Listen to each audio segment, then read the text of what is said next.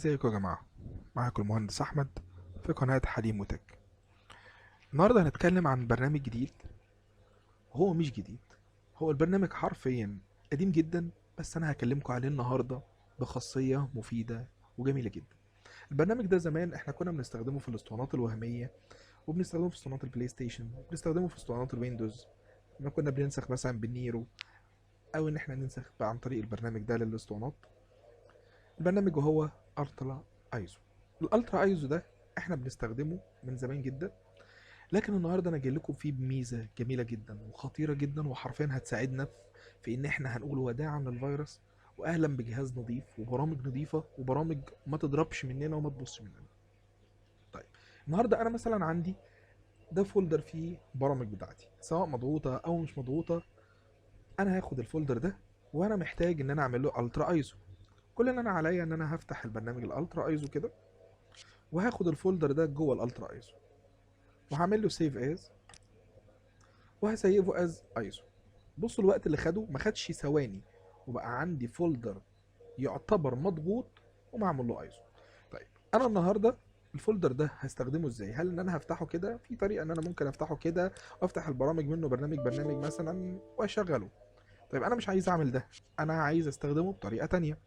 يبقى هعمل ايه؟ كليك يمين عليه وافتحه كاني كنت بفتح اسطوانه وهميه زمان. هقف على الالترا ايزو واقول له ماونت. كل اللي انا اعمله هفتح ماي كمبيوتر بتاعتي، هلاقي ان الفولدر اللي انا عامل له ماونت بره بقى هنا اهو، والبرامج بتاعتي كلها اهي، واقدر استخدمها وافتحها بسلاسه جدا مش من غير اي مشاكل. طيب، البرنامج ده هيحافظ جدا على اي برنامج عندك او اي حاجه خاصه وشخصيه او حاجه مهمه جدا عندك ومش حابب انها تتفيروس خالص. وفي نفس الوقت ممكن تحطه على فلاشتك وتاخده معاك في اي مكان، لو انت عندك برامج مهمه، او لو انت شغال في مجال الصيانه، او لو انت عندك حاجات عايز تحافظ عليها انها مش تتفيروس.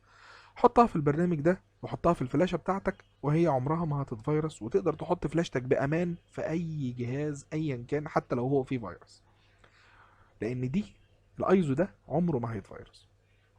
زمان كنا في طريقه برضو تانية ان احنا ممكن نعمل كليك يمين وندوس على ان احنا نعمله وين رير نضغط الملف، بس صراحه الطريقه دي بدا يحصل منها مشاكل كتيره قوي، وخصوصا في اصدارات الوين رير الموجوده دلوقتي. وكمان بقى بطيء جدا وتقيل جدا مقارنة بان احنا كنا عملنا الايزو في لحظة، في اقل من لحظة كان الايزو موجودة معانا. وادي الورير قدامكم بياخد وقت، فلا، احنا مش هنستخدم الورير خالص، احنا خلينا في الايزو. وفي نفس الوقت الايزو دي ناخدها معانا على فلاشة. طيب، والايزو دي كمان فيها استخدام تاني، ان احنا ممكن اصلا نفكها كبرنامج ضغط عادي. يعني كليك يمين عليها واقول له اكستراكت. انا همسح الملفات دي كلها اهي خالص، البرامج بتاعتي. ومجرد ما انا بدوس كليك يمين عليه واقول له اكستراكت، هيخرج لي كل البرامج بتاعتي اهي اللي كانت جوه الايزوهايه في ملف، واقدر استخدمها بشكل طبيعي جدا حتى لو انا ما عملتش ماونت للدرايف بالشكل ده. ده كان شرحنا النهارده بخصوص برنامج الالترا ايزو. انا بصراحه حابب البرنامج ده جدا لانه فادني جدا في شغل الصيانه عندي، وشفادني جدا ان انا اقدر احط فلاشتي بامان في اي جهاز ايا كان حتى لو هو متفيروس. فعشان كده قلت انقل لكم تجربتي عن البرنامج ده النهارده. عشان نقدر نجيبه يا جماعه، كل اللي علينا هندخل على جوجل وهنكتب عليه الترا ايزو، وهندخل على داونلود ونقدر نحمله من هنا.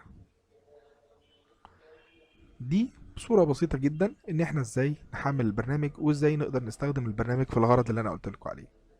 كان معكم مهندس احمد. اسيبكم ان شاء الله في حلقة جديدة موعدنا، واسيبكم في رعاية الله وامنه. مع السلامة.